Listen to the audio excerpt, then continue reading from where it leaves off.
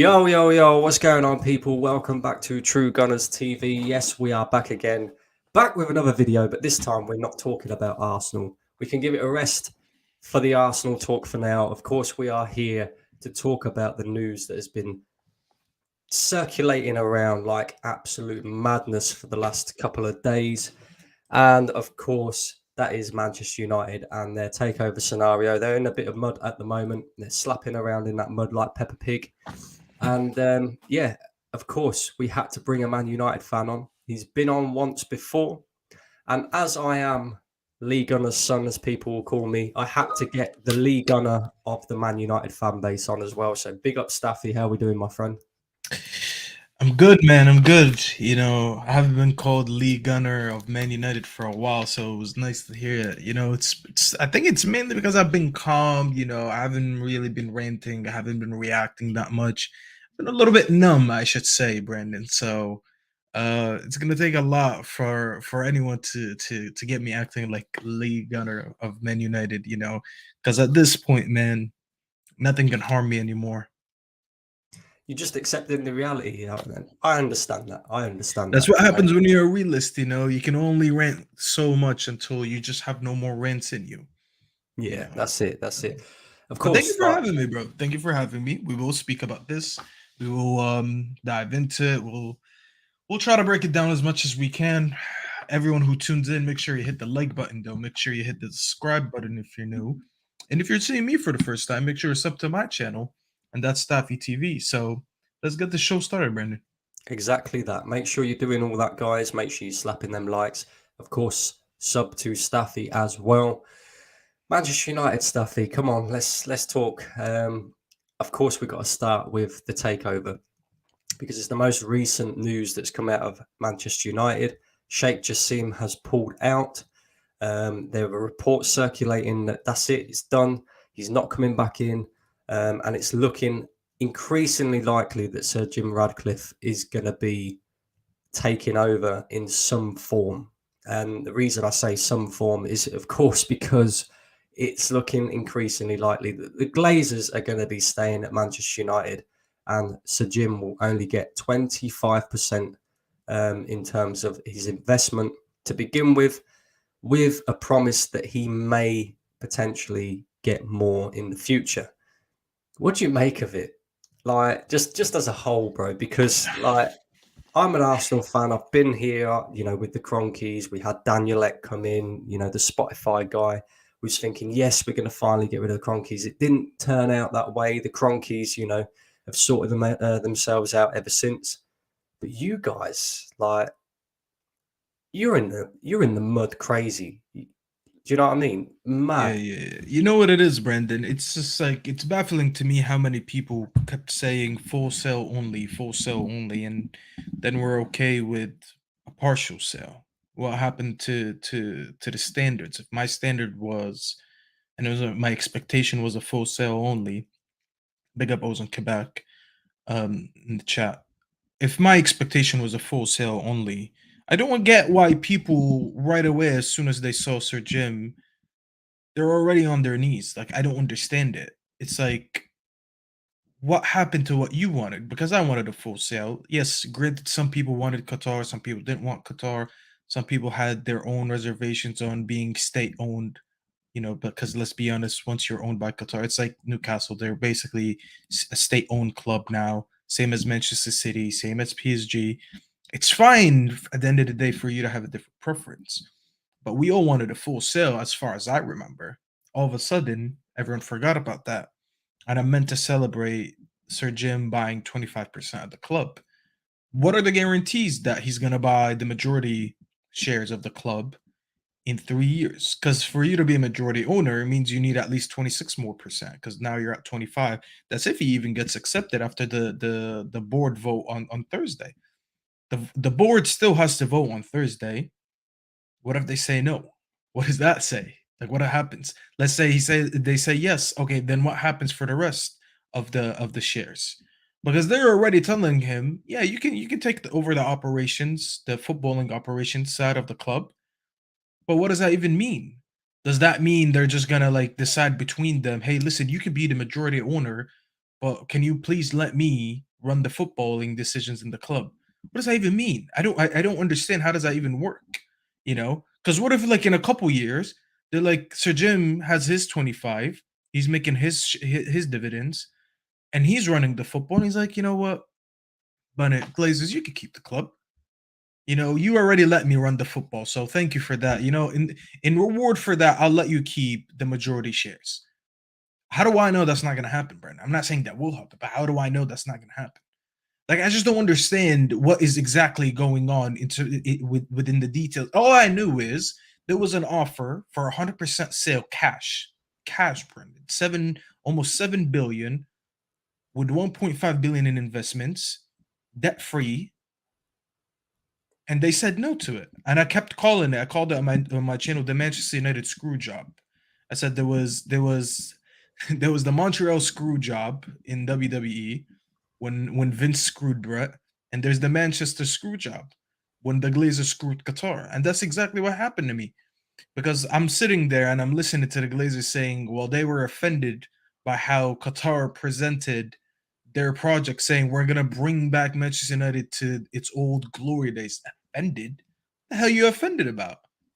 Do you have that? Is your self-awareness that bad? Because you know what, Brenda, I used this analogy. I was like, it's a guy being in an abusive relationship where he abused his partner. His partner left him, found a better partner. And then when he asked, why'd you leave me? He has no idea why. Why'd you think she left you? You're an abusive partner. Did you think you were a great partner? No, you weren't. You were abusive. That's the same thing that the Glazers did to us. Are you really that shocked that the Glazers are trying to, the Qataris are trying to bring us back to the glory days? What did you really think we were winning the league still? We haven't won the league in 10 years. What The roof this is is the other thing, right? What does it have to do with the Glazers anyway? Because once let's just say, for example, they accepted the offer from Qatar. It's a cash offer to buy the entirety of the club. So what does it have to do with the Glazers anyway? You take your money and you run. Do you know what I mean? Like, I'm saying it's a screw job, Brandon. And at the end of the day, listen, Sir Jim, hopefully he does well. If he's going to run the football, I hope he does well. I'm not going to sit here and have an agenda, because at the end of the day, the goal is to get this club back to winning and being ran like a proper club on and off the pitch.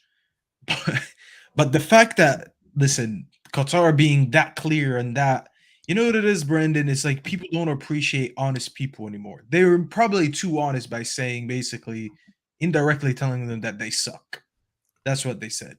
And then they have Sir Jim, who was basically in bed with the Glazers all along, and he's sitting there kissing their asses and saying, you know what? I'll keep you guys. Let me just get 25%. You guys can keep the rest. Oh, you guys want to stay until the Premier League TV deal comes in? Okay. You know what? I'll let you guys stay. Eventually when I take over, I just want the majority shares, but you guys can keep 10-20%. You can stay in the club. You can get a little bit of the money, and later on I'll buy at your evaluation anyways. So that 5 billion that they could have gotten right now is 6 billion. They'll probably get it later, but they'll get it in 3 years, and they'll keep a part of the club, and they'll get some of the revenue along the way, and they'll get the TV deal, and they'll still be able to call themselves owners of Manchester United. It's a win-win situation for them. They had people that are coming in that are ready to do everything correct to run a business, and you have someone who just wanted to kiss ass, and the guy that was kissing ass and eventually won. But isn't that the story of life? Whoever kisses more ass wins anyways, and that's the situation we're in. Yeah, I agree. I mean, from an outsider looking in, I've got to say, you lot have been finessed by the Glazers. Who's we? The fans? The fans, bro. Oh yeah, 100%. We're the biggest losers out of all this. If we go back to the Super League and when that first came about, obviously in fact, all of the top clubs' fans were not happy about the Super League being a potential thing. And if I remember rightly, the Man United fans protested better than any other fan base when that came about. You was breaking. Remember the Liverpool game that got cancelled? Yeah, you got it cancelled. You was breaking into the stadium, doing all of that, protesting outside, smashing up the club shop and that. And look, I'm not an advocate for violence or anything like that. So don't get that twisted. But sometimes these things have to be done. We made our voice heard, 100%. Exactly. One way or another, yeah. I look at it and I think the biggest mistake that you guys made was you didn't carry on. You know, you Yes. was fed a load of bullshit lies once again. You know, this is the thing about football clubs, right? And people seem to think that all these journalists, you know, are just journalists that come up with stories and that. No, no, no, no. There are journalists that are in the back pocket of every single one of these football clubs. And if there's any sort of narrative that the football club wants to push, they'll just go, oh, you know, come here, mate. We'll give you a few free passes, maybe, you know, an interview with the manager or something like that. Just push that narrative out for us, you know, because it'll get clicks, it'll get likes, it'll push a narrative to make, you know, maybe a sticky situation turn in our favour. And that's what I believe is what's happened. I believe the Glazers have pushed a narrative that they're willing to sell the football club as a whole. And, you know, as long as their offer is met, it doesn't matter who it is, they will accept. And at the end of the day, Sheikh Jassim and the Qataris have offered double the amount to what Manchester United is worth. And they're offering to clear all the debts and that. So what more can you want? The only thing that I can see is that the Glazers are making money off of this. So they pushed the narrative out there. They're going to sell the club. Sheikh Jassim is the favourite. The stock prices rise, makes them money. All of a sudden, now they've took their dividends out of that and they've gone, in actual fact, we'll sell it to Jim Radcliffe instead. And they're going, thank you very much. We've made lots of money.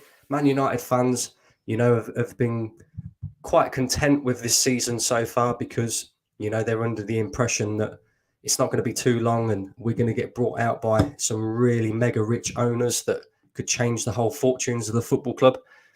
And now the window's closed and, you know, you're midway through a season. All of a sudden this comes about. And it's right. You're right, Staffy. It's all about TV revenue and money because the new TV revenue deal is coming up and that will bring Manchester United a lot of money. That will put a lot of money in the Glazers' back pockets. And it's laughable, bro. It really is laughable. Like, I can understand why Man United fans got excited because, you know, I spoke to Flawless last night and I was on his channel. Big up Flawless, by the way.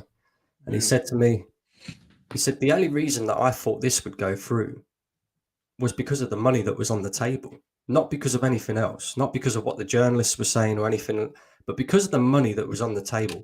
I didn't think there was a possibility that the Glazers would turn that sort of money down, especially, Cash. you know, 7 billion cash. Do you understand? 7 million cash and all their debts cleared. You know, it's mad, it's crazy.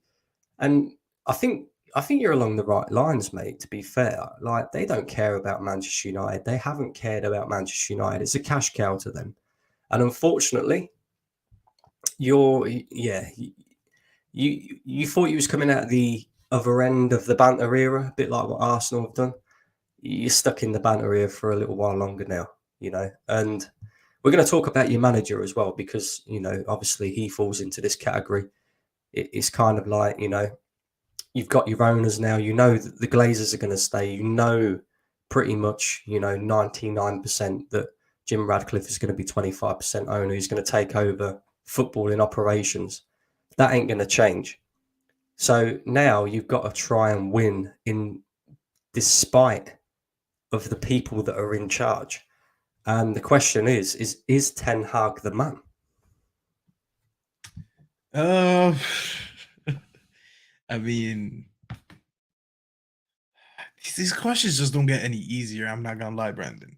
You know, how many times when have you ever seen me just sit there speechless? Like, I usually have so many things to say. It's just like, it's one of those where it's like, I want to say yes, but I actually don't believe it. You know, the fan in me wants to say yes. But under all the circumstances that we're working with, big up TJ, by the way, under all the circumstances that we're working with, I just have no reason to believe that he will be the man. There is news about getting a new director of football. Paul Mitchell was a very, very good director of football, by the way. Very known in world football for what he's done on the project like Monaco and stuff like that. Very good director of football. Does he come in and make the team better and recruit better for us? Potentially, yes. Is that going to reflect in anything anytime soon? I just don't see it. Because if we're talking about just this season in isolation, there's news coming out that Sir Jim is an admirer of Ten Hag, so I think he's already safe when it comes to that. But as you just mentioned not too long ago, the summer already closed, the window. We are stuck with the players that we have right now. And do I think that these players are good enough to do anything this season? Not really. Do I think we can win anything under this manager and with this team? No. I mean, we're talking about if we lose the next couple games, does he get sacked? We were talking about McTominay saving his job with those 2 goals that he scored last game. That's how close we are to talking about that. So I really don't know. Listen, I want to believe in the manager. I do see some of the things that he's trying to do, by the way. I think it's very hard to especially if you're an outsider, it's very hard to see what the manager is trying to do in terms of style of play and all that. Is it the correct approach? That's not what I'm talking about. But do I see it? Yes, I see some of the things he's trying to do. However, is he gonna get to do it this season? Is he gonna get out of this form that the team is in and eventually have the style of play that he wants and start building results or whatever? I mean, I think we'll get better, don't get me wrong, but are we gonna reach that level that he wants? I really have doubts. Some of the games that we've seen this season has already shown me why I never said Ten Hag out, but I said I'm out on the project, and I'll still stand by that. I don't believe in this project anymore. I think the manager has messed up with some of his recruitment to the point where he's too far for it right now to go back. Like I think go crazy saying that going to next summer he would be needing major changes with this team, and you're probably thinking that's actually not what you're supposed to do in your third summer. Usually the major changes come in the first two, and the third one is when you start picking up. Okay, this is what I missed along the way. But to go into next season and sorry, next summer, thinking that we still need major repairs with this team is the main reason why I don't believe in this project anymore. The only way I was going to believe in this is if we got Qatar in who are ready to invest any and every amount of cash they have in the club and especially in the team. Where, like, you know how Todd Bowley came in and he started spending money left and right. Even in January, he signed like 6, 7 players in January. We've never heard of that before. And Todd Bowley came in. This is the only way, or these were the only circumstances where I would have been like, you know what, even though the manager's gotten a few things wrong, but if he gets major backing and major money spent, he'll eventually stumble into something correct. And he's not going to get that anymore. So I don't know if that really answers your question, but I just don't see a bright future if I'm being honest. I hope Yeah, I'm wrong though. I see what you're saying, and I agree with pretty much everything that you just said. I do see similar scenario between Ten Hag and Arteta in the sense that Arteta's first season wasn't great, but he won the FA Cup within the first 6 months without his players. Ten Hag's done the same thing. He's come into Man United in his first full season. He's got your Champions League football and the Carabao Cup. And then the second season and the third season was like kind of like our transition period where, similar to Ten Hag, Arteta and Edu messed up big time with some of their signings. You remember the Williams and the Cedrics, and you know the only difference is we didn't spend half as much money as what you've currently spent in terms of your summer transfer market. You know, Rasmus Højlund, Mason Mount, all big money signings, really. So I think that's probably what makes it worse. But I do look at it and think, if, like you said, Ten Hag was guaranteed the backing, then maybe give him time to Because kind of. trust me, sometimes you eventually stumble into something that works. But And this is we it. need to keep trying, and I don't think he will get that anymore. Yeah, and it's been the same with Arteta. We keep. How many players have Arsenal got rid of and how many players have Arsenal signed since he's been here? I think we signed about 26, 27 players. So it takes time for a manager who needs to rebuild his entire squad. But it's still a results-based business. And unfortunately, being Manchester United manager, that makes it even harder because you're at the biggest club in the world. Manchester United are the biggest club in the world. And fans ain't going to be patient, and I don't blame you for not being patient. when you think about where you are and where you have been over the last sort of 10 years, it's diabolical for a club of Manchester United's size. And, we thought we had it bad at Arsenal. And by no means is Mikel Arteta out of the woods, by the way. He has to win a major honour this season. Otherwise, he needs to go as well. But, yeah, I look at it in terms of the scenarios. I think it's very similar. I think he needs time. I think Arteta needed time when you look at it in the cold light of day. But will Man United fans be patient? And the thing is as well, right? If you sack Ten Hag, who are you going to bring in? You've already had. That's why, Brendan, you don't see me going around screaming Ten Hag out, because to me it was more than that. Because I don't trust that the next man is going to be correct, anyways. My issue was the bigger picture, and the bigger picture were the people hiring the manager. And then after you hire the manager, how do you support the manager? And how do you back the manager? And how do you make sure this manager doesn't drown as soon as you bring him in? And we've had so many managers that have failed for one reason or another, and people keep arguing with me, hey, but you spent this amount of money and that amount of money. When have I complained about the money spent? I didn't complain about the money. I complained about the structure. I don't want us spending 100 million on Anthony. I'd rather us get the right player for 15 million from somewhere in South America. And I'm like, who is that? I don't know who that is, but someone knows that he's the right fit for the right system that we are trying to play. These are the things that I talk about. I don't want us to talk about money. I want the money to be well spent. City doesn't spend more money than us.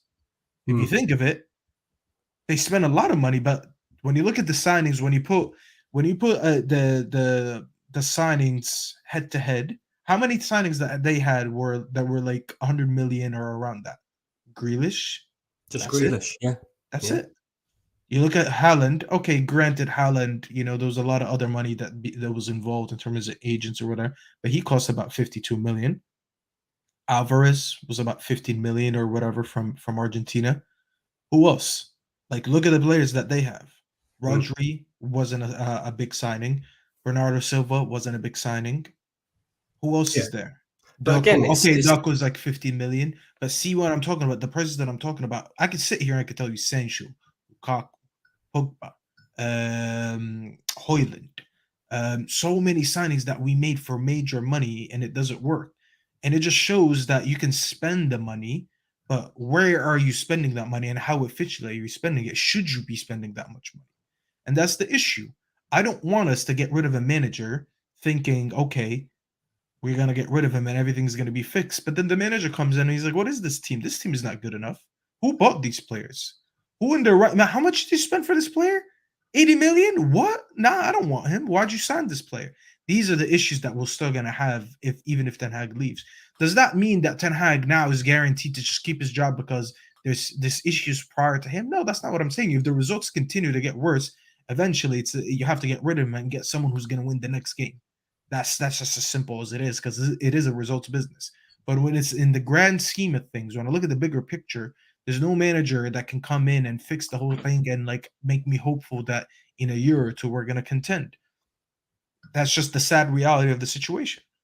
And this is the thing, like, where do you go from here if Ten Hag was to be sacked? Because you've had Mourinho, who's your typical born winner as a manager. You've had your Louis van Gaals and your experienced guys, and you've had your Ole Gunnar Solskjaer, never been a manager or was a manager, but not a very good one.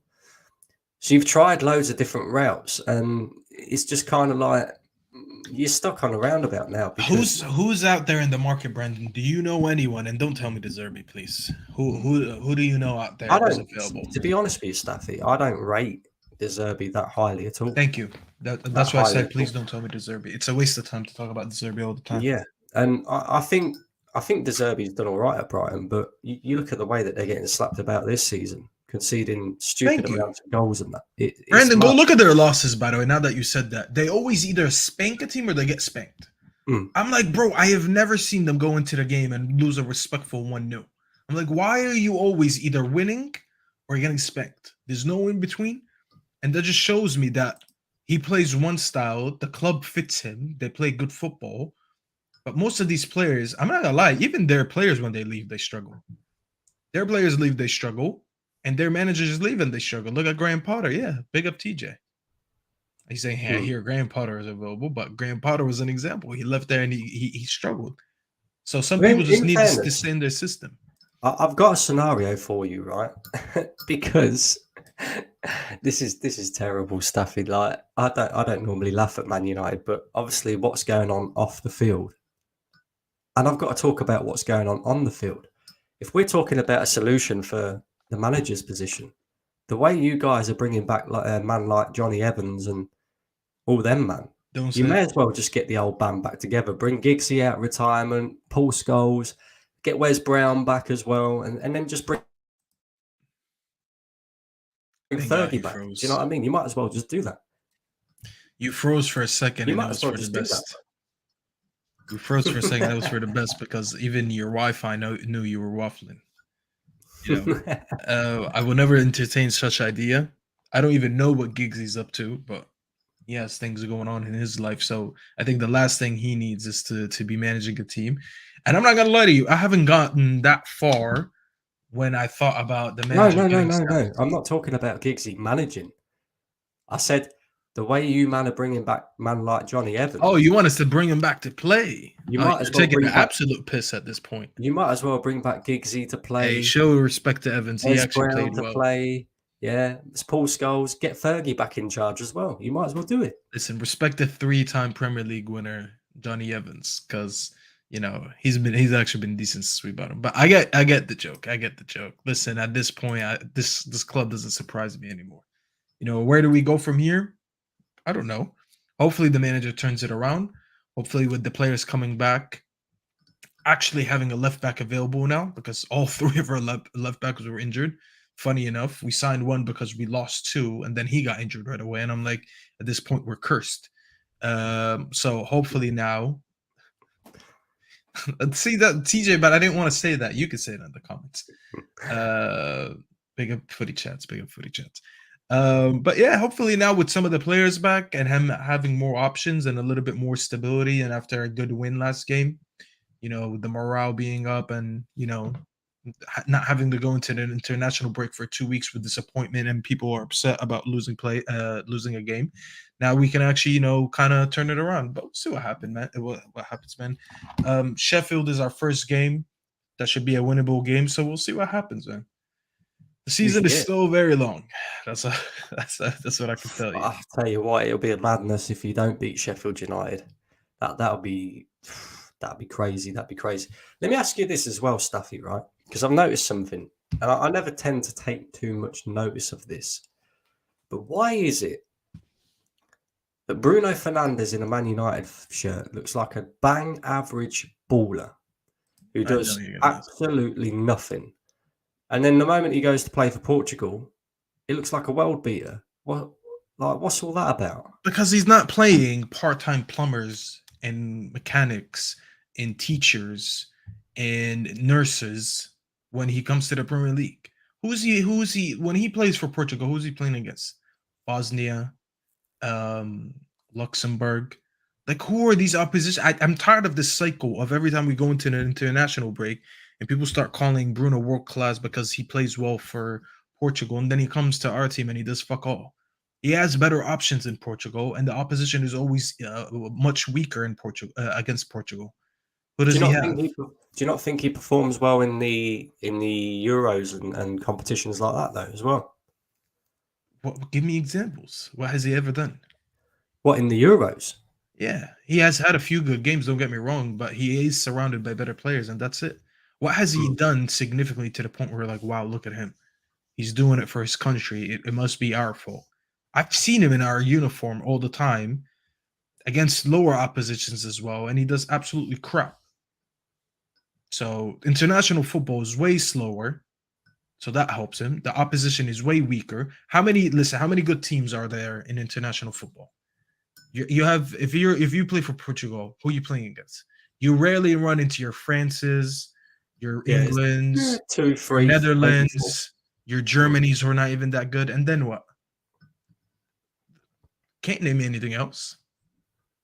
You're going to play your San Marinos, your Luxembourgs, and your Bosnias, and all these teams way more than you're going to run into the more difficult opposition. So to me, it's never been a measurement at all. International football is it's way too slow, and it's much easier than the Premier League. At least in the Premier League, there's the intensity and the physicality that these teams don't bring. Most of these teams actually don't have full-time footballers. San Marino scored a goal today, and they rushed the pitch. Scored a goal, not won a game. They scored a goal and they rushed the pitch, and that's the level of football that I'm talking about in Europe. I'm sorry. It's to me, it's just like every time I hear that, I'm like, give me a break, because I'm tired of hearing about him being world class, and then I watch him on the weekend and he does absolutely nothing. How about you start replicating that when your team needs you, when you actually wear him the armband and you're meant to perform the same way. Prove me wrong. How about that? Prove me wrong that you could do it on international club level. There has to be a very, how do I even say this? There must be something that you consistently prove that you're good international, but you're not good in club level. And I'm not going to say he's never been good in club level. That's not what I'm saying. But the thing about Bruno, when Bruno plays for your team, he either gives you a very good game or he just gives you a stinker, an absolute stinker. There's no in between. You can't sit there in a game because of the way that he plays football, by the way. You can't afford to have bad games, because when you have bad games, it really shows. Some players can have a quiet game, and sometimes quiet is actually good, because maybe if you were quiet today, I didn't notice you, which is good, because I probably could have noticed you for the wrong things. The thing about Bruno, you either notice him for, wow, look at this assist, look at his strike, look at his goal, or it's like, oh my God, look how many times he gave the ball away. Look how many times he lost possession. Look how many times he couldn't link up play. Look how many times he bitched at the referee and was rolling around. These are the two sides of Bruno. It's very good or very bad. There's no decent game for Bruno. Nothing crazy, but, decent game. Or quiet game from Bruno. Kept the ball well. Kept it simple. This and that. No. Because of the way that he plays football, there's none of these games. It's an 8-10 or it's a 3-0. You're never going to have a 5-6 Bruno average game. He doesn't give us these games. So he gets noticed for how good or how bad he is. Okay. So let me put you in a scenario then, Stuffy. The Glazers we get relegated or something. No. The Glazers are staying. Jim Ratcliffe comes in. You're Eric Ten Hag. Yeah. Your job is on the line. A couple of bad results could get you sacked. What would you do? What would you do in terms of to get yourself to the January transfer window, the summer transfer window? Is there players that you drop? Is there players that you bring in? Which players would you sell immediately? That kind of thing. Well, the first thing he needs to do is tighten up that defense a little bit starting next game. I mean, you could probably be like, well, you're playing Sheffield, but you know what I mean. Like, regardless of who the opposition is, I'm just looking at it in a general sense. You need to tighten up the defense a little bit, because we can't be conceding 3-4 goals every game. We can't be we're not Liverpool to concede early and then win 3-4-1. That reminds me. Anana, still the best goalkeeper in the...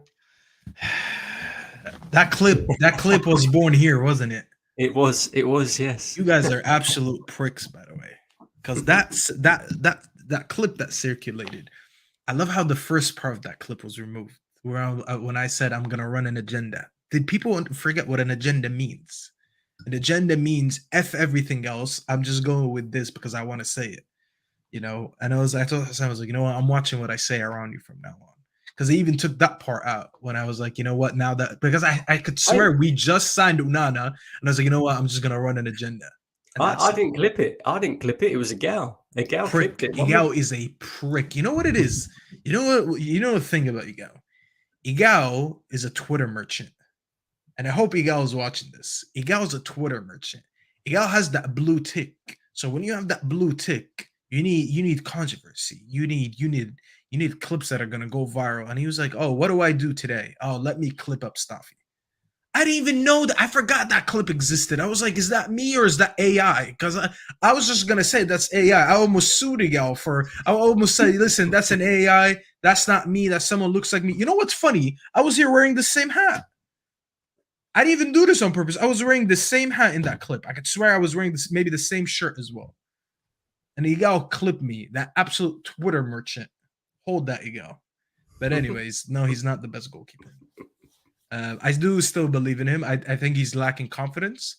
I think his mistakes that he's doing is down to confidence more of him actually being a good or bad goalkeeper. Because when the mistakes are that basic, like no offense, Brandon, if you're in goal, you could have saved that shot against who do we play? Brentford. Like, I'm sorry, you could have. If you put your dog in goal, that dog would have saved it. That's how easy that was. So is that goalkeeping? No, I think it's 100% confidence. And if he doesn't get it together, he probably needs to sit on the bench because you can't be costing us points like that. Because he almost cost us 3 points against Brentford. And in my opinion, he cost us all 6 points in the Champions League so far. Who's your backup goalkeeper? Bro, I don't know. You don't. No, I know his name, but I don't know anything about him. He's a Turkish guy named Bayender. We signed him for Fenerbahce. But I thought you had Henderson back. No, we just sold him. We sold him to a Palace for 15 million. Right, we have Tom Heaton, but he's injured. Yeah, our whole team is injured. But yeah, these are two backup goalkeepers. Listen, Onana, listen, I hope he had a good 2 weeks. I don't know if I think he went to Cameroon. I don't know if he went with Cameroon or not. But if he did, I hope he enjoyed his time. If he didn't, hope he had a relaxing vacation. You could always playing Sheffield. You could always sign David De Gea back on a short-term deal. See, I knew you were just going to mention someone old. I was like, watch, he's going to mention Ben Foster now. But you said, De Gea was watching the women's game the other day. So maybe he came back for some contract negotiations. But listen, I still back Onana. I know he's better than this. He was the best goalkeeper in the Champions League last season. He was arguably the best player in the Champions League final last season. So, he's levels above what he's shown us so far. When he's even making simple mistakes against Galatasaray, which is passing a ball to an attacker with no pressure, no reason to make that mistake. It just you can tell it's all here at this point because you have been signed because you're a very good ball playing goalkeeper, and then you make a ball playing error, pass it to the attacker, and we concede a penalty. Then that I just know at that point it's not even ability because in terms of ability, you're way better than what you just did. But up here, you're not locked in. There's confidence issues. There's lack of focus issues. There's lapses of focuses at moments. Not just him, the whole team. I feel like he's being infected by the team around him. That's why I was like, we could sign Mbappe tomorrow, and all of a sudden he's going to drop to our levels because we sign good players and their levels drop. They don't bring us up. We bring them down. So to me, it's all up here. So I need him to focus again because I need that Onana that was talking before the Champions League final saying, I only fear God and that stuff. Now he's fearing a ball being shot on target. So I need him to go back to that. Okay. So in terms of the team, and all that, what would you do to get through this season? And where do you expect Man United to finish as well, by the way? You know what it is, Brendan? I think it's hard for me still to predict because I want to be optimistic about top 4 or top 5 or whatever it is. But at the same time, I mean, we have dropped a lot of points already. We've dropped exactly 12 points. That's too many points being dropped. Luckily, everyone around us hasn't been amazing. Like, no one out there has gotten, 8 wins out of 8. So some people have slipped out around us. I do think we will go on a run at some point because we did that also last season. But how good will that run be and how far can it get us? Because let's say you go on a 5-6 game winning streak in the Premier League, 7, 8. We went on something similar last season, but it still wasn't enough for us to even crack top 2, if you remember. So to me, if we do that again, how's everyone around us going to be doing? Because Liverpool look okay, Chelsea look okay, Spurs look good. You guys, not your best, but better than us. City still better than us. Newcastle, okay, they're picking up pace now after the first international break. There's too many people around us, so I need to wait and see. Is it easier to predict us to finish outside the top 4 based on what I saw? Absolutely, 100%. It would be the easiest thing to say right now. But I do firmly believe that we're still going to go on a run. I feel like eventually players are going to click. Some of the tactics are going to finally make sense to them. They're going to be able to apply it better. The manager's even going to start learning from his own mistakes, and it will result into better performances. I guarantee 100% better performances, because I don't think it gets worse than this, because this has been pretty bad. Even the last 3 games, when we lost 2 of them, we were playing better football than the beginning of the season, when we were just playing shit and either winning or losing. Last 3 games, we didn't play so shit, but we still either won or lost, and we lost 2. So I think it will get better. Do we get top 5 or top 4? I'm gonna be hopeful, but it wouldn't be looking good. I'd rather wait until like maybe January to answer that question. I'm gonna sit I on hope the you, fence a little bit longer. I hope you do get top 4. I hope you do. Oh, you do Because hope it? yeah, Why? I hope you do, because the way that Spurs fans have been talking right now, like they've already won the league. Do you know what I mean? Like these idiots don't learn. Oh my god! Like, have you seen some of the stuff they've been saying? Yeah, I have Jacob on my channel all the time, so I hear Crazy, this on a bro. daily almost. Crazy. I spoke with Jacob the other day. I was on Mo's channel talking to Yeah, I him, saw that.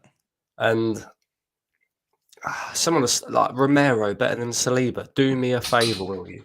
He tweeted that Do today. me a favor. Come on. Listen, he backed it Um, up with stats, so that's his hey, opinion, he can back it up with stats all he likes. We'll see it over a season. We'll see it over a season. I had Deji telling me as well, about Romero and Saliba. Oh, but Romero and Saliba are on par. I'm like, how do you work that one out? Well, Romero looks so much better now. He's got a proper defensive partner. I went, yeah, and Saliba is the one that's made Gabriel look better. So he's levels, bro. Levels. Don't even give me that shit. And look, I'd love for Man United to sneak top 4 ahead of them. Yeah. I won't say what I was going to say, but I'd love for Man United to sneak top 4 ahead of them idiots. So yeah, I mean, it's a tough one, isn't it, Staffy? Because like you say, you could go on a run. And right now, it looks like an impossibility for you to go on a run, because everything, including what's going on in the pitch, is just an absolute shambles around Manchester United at the moment. And yeah, it's mad, really. I got asked this question as well, right? Because obviously Chelsea, not doing great themselves. They're getting all excited because they beat Burnley, and they think they're gonna do something against us at the weekend. Jesus Christ! But who's more in the mud, Man United or Chelsea? I would say yes, because we came into the season with higher expectations, and they're still playing better football than us. They don't have Europe to worry about, so eventually, I think that's gonna play to their benefit, because they'll get some players back, and I do think they'll do well. They won't finish 12th, I'll tell you that. There's no way they can finish 12th again. They'll be competing for top 4, top 5, however you want to name it. And they have played better football. Yes, they lost some games, but there's games where we're like, you know what? If they scored this chance, that chance, this chance, that chance, they would have won. When you look at the United games in the beginning of this season, you're like, what have United done to win this game? Nothing. There was wins that we picked up, and you're like, how did you even beat Wolves? Oh, you Mm. barely scraped past Forest, and you won 3-2. There hasn't been a lot of games where we had convincing performances. I'm not gonna lie to you. Whereas Chelsea, you're like, you know what? How did you spend 1 billion and not have a good striker? Because if you had a good striker, you would have won today. I'd rather have that conversation than what the hell are United doing? What's their style of play? What's Ten Hag doing? Is he getting sacked? Is Bruno not good enough? Is Rashford not good enough?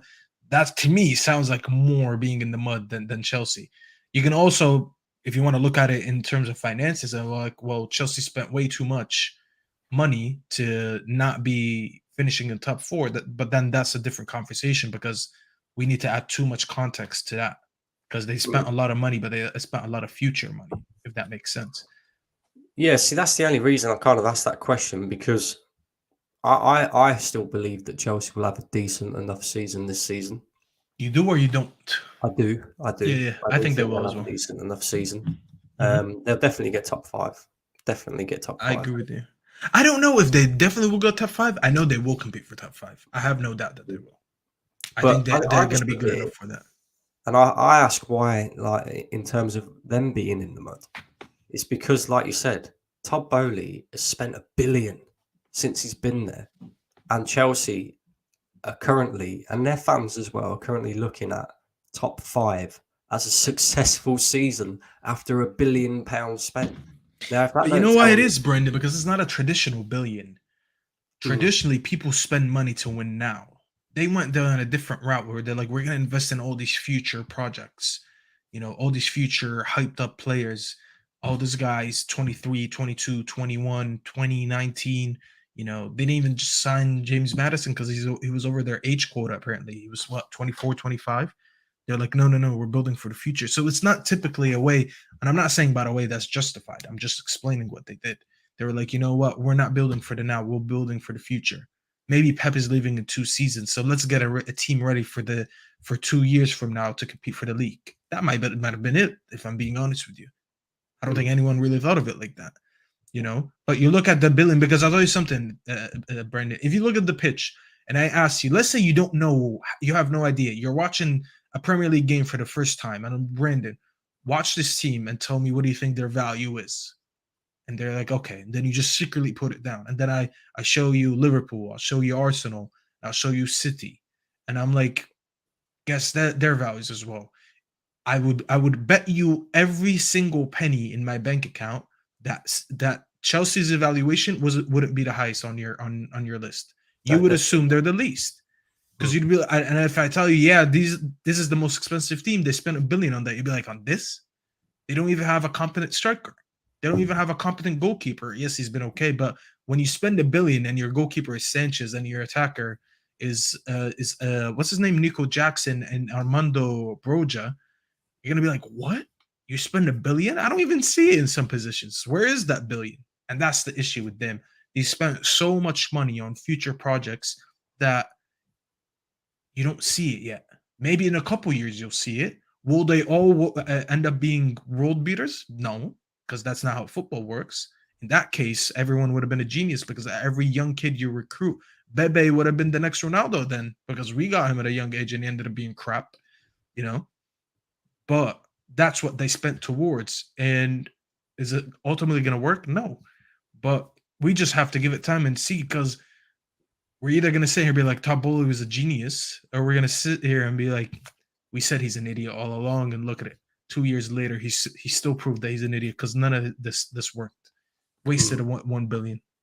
Yeah, yeah. Red Bull here says, hey, Brandon, remember Deji said Brighton top 3. Deji talks a lot of rubbish, bro. I Red don't know Bull what he, vodka. Probably Deji was having a Red Bull vodka when he said that. probably. I mean, I don't know what he's been smoking lately, but Jesus Christ. Some of the stuff he's been coming out with is mad. I've been clipping them up like crazy. Um, Obviously coming off of Man United, just touching real quick, obviously the big game at the weekend, Arsenal versus Chelsea. What's your score prediction for that? Ooh, I think that game is going to be closer than people are making it out to be. Okay. If this game ends 1-0 either side or 1-1, I wouldn't be surprised. I think it's much closer. I think it's two very good defenses this season. You guys have the best defense. They have the second best defense. They create a lot of chances, but we'll see how they create these chances against you guys. Are they going to be able to do that? And if they do, and we know they're not clinical, let's not be fooled by the defeat they just gave to Burnley. What, they spanked them, what, 4 or 5? Let's not be fooled. They don't score a lot of goals. They create a lot of chances, but they don't bury them. Are they going to afford to do it against Arsenal? Because if you don't create that many chances against Arsenal, are you going to be able to take the 1, 2, 3, whatever, how many chances you create? So I think the game is going to be a lot more closer than people think. I'm hearing people saying Caicedo's is balling out. Caicedo, Enzo, midfield, Cole Palmer, all that. Obviously, you have your midfield that's ready. You guys have a lot of players back from injury. So I think that game will be. Is it going to be on the same level as the City Arsenal game? No, but is it going to be similar? I do think so. I think it's going to be a game that's not very easy on the eye, because some casuals just want to sit there and watch goals. But for real football fans, like that City Arsenal game, a lot of people enjoyed because it was a pure footballing matchup, whereas like two managers trying to out tactic each other, and eventually one did. I think it's going to be something similar to that. Maybe not to the same level, but I think it's going to be that level of closeness and tightness between the two teams. I feel like most of the game is going to be in the midfield anyways. So we'll see. It's interesting as as an outsider to watch this game. I'll be able to enjoy it because United will have not played yet. So I can actually sit there and banter you guys until I lose at 8 p.m. And I don't really get to do that. So I'll be able to talk shit for about an hour, I think. But it's going to be a good game to watch. My score predictions. I'm not gonna lie. I want Chelsea to win because there's a few Arsenal fans that piss me off. I don't know a lot of Chelsea fans, anyways. So like, I'm kind of unbothered with that, except for Don. You know, if they win, Don might. You know what? 1-1 because I don't want Don to message me because Don messages me. Don messages me more than my own mother. He's always like checking on me right after a United defeat. I'm like, bro, why are you messaging me too much? I'm pretty sure you don't actually care about me that much. Stop. I'm in similar sort of mindset. I do think we will beat Chelsea quite heavily in the end. Providing Really? this is provided. I mean, when you look at the stats again, I don't really like stats, but Gabby Jesus, Gabriel Martinelli, and Saka have only started 22 minutes of Premier League football together so far this season. So they're all back from injuries as well. If he starts our front three, which was most potent last season, Odegaard behind them, Declan Rice and Thomas Partey in the midfield with our backline, I don't see how Chelsea are going to cope with that personally. And I do think as long as we create, decent chances, which I think we will, we have to be clinical as well. That's been a big problem for us so far this season, being clinical. But defensively, I don't see anywhere that Chelsea can worry us, to be honest with you. Like, Saliba just had Haaland on lock. Do you really think he's bothered about Nicholas Jackson? Come on. Do me a favour. So, yeah, and Sterling, I don't really look at him as too much of a threat either. Mudryk, I think it's written in the stars, Staffy, for a Kai Havertz goal, 1-0. I think it's written in the stars for something like that to happen. And it sounds crazy, but could we see that happen? I mean, it would be mad. Chelsea fans. I think you want to see it happen. I think Of course, I want to see it happen. Chelsea but will fans. it happen? Chelsea fans would have to go and hide him for the entire week. Yeah, if he scores a goal, let alone, I mean, that's gonna be that's almost a victory. If I'm not lying to you, because the amount of shit they talked about Havertz, if he just goes back and is in Stamford Bridge, right? If he scores against his former home crowd, that's already a victory. I'm not gonna lie to you, because I know even if Arsenal even if Arsenal lose, Arsenal fans will use that against them. So I'm not gonna lie. 1-0 Havertz. The internet might break. I'm not gonna lie to you. The internet might actually break. Can you imagine a guy acting a fool the minute Havertz does that? I mean, this guy, he would be insufferable. Oh, I would have, bro. I would have to unfollow him. I mean, I'm not even a Chelsea fan, but I would have to unfollow him because of how much he would tweet about that. All the TikToks are coming out, all the tweets, all the little digs and sly comments. Oh my god, it's gonna be unbearable. It would absolutely be unbearable to watch that. Yeah, Arsenal Malakir says, Brandon, you are too overconfident. Well, maybe because the last time I was too overconfident was the Spurs game, and I shot myself in the foot. Let's be real. But I genuinely don't see how Chelsea can hurt Arsenal. And like I said, as long as we're clinical, I think we'll be fine. And then, you got to look at the record as well. Our record at Stamford Bridge is very, very good in recent years. And their record at home against Arsenal is almost as bad as our record away at Anfield. So I see it as two or three goals. Two or 3 goals for Arsenal. 2 or 3-0, I think. Wow. But that again, that depends on Mikel Arteta. Is he going to get it all right? Like, are we going to see Eddie Nketiah up top? Because if we're going to see Eddie Nketiah up top, that instantly changes my mind. Instantly. But if we see the team that who do you want to see then? You want to see Jesus, Martinelli, Saka, Odegaard behind them, Declan Rice, Thomas Partey in the midfield, and then Ben White, Saliba, Gabriel, Zinchenko, and David Raya. And I think if you go to Chelsea with that team, yeah, you know, at the end of the day, they're getting excited because they beat Burnley. You know, it Listen, is what it just is. know that I'll be watching. I Football hope so, bro. Terrace, after the game, I will be watching. I'm I going to hope tune so. in. I'm going to watch. You'll be in the comments with, yeah. Listen, I'm either going to watch the meltdown, True Gunner TV, Brandon either melting down, calling his players pussies, or the celebrations.